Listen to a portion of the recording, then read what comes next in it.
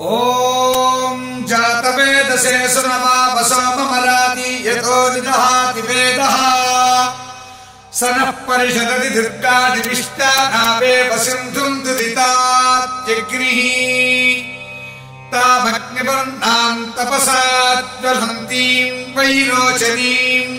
कर्मफलेषु जुष्टाम् दुर्गाम् देवीम् शरणमहम् प्रपद्ये सुतरसि तरसे नमः अग्ने त्वम् पारयानव्यो अस्मान् स्वस्तिभिरति दुर्गाणि विश्वा पूश्च पृथ्वी बहुलान् उर्वी भवातोकाय तनयाय शय्योः विश्वारिणो दुर्गः जातवेदस्सिन्धुन्नरापा दुरितातिपरिषि अग्नि अत्रिवन्मनसा गृणानोऽस्माकम् बोध्यविता तनूनाम्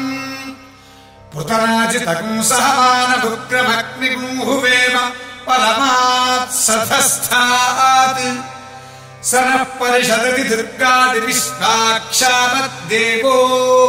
अतिदुरितात्यग्निः प्रत्नोषिकवीर्यो अध्वरेषु सनाच्च होता नव्यश्च सत्सि स्वाञ्चाग्ने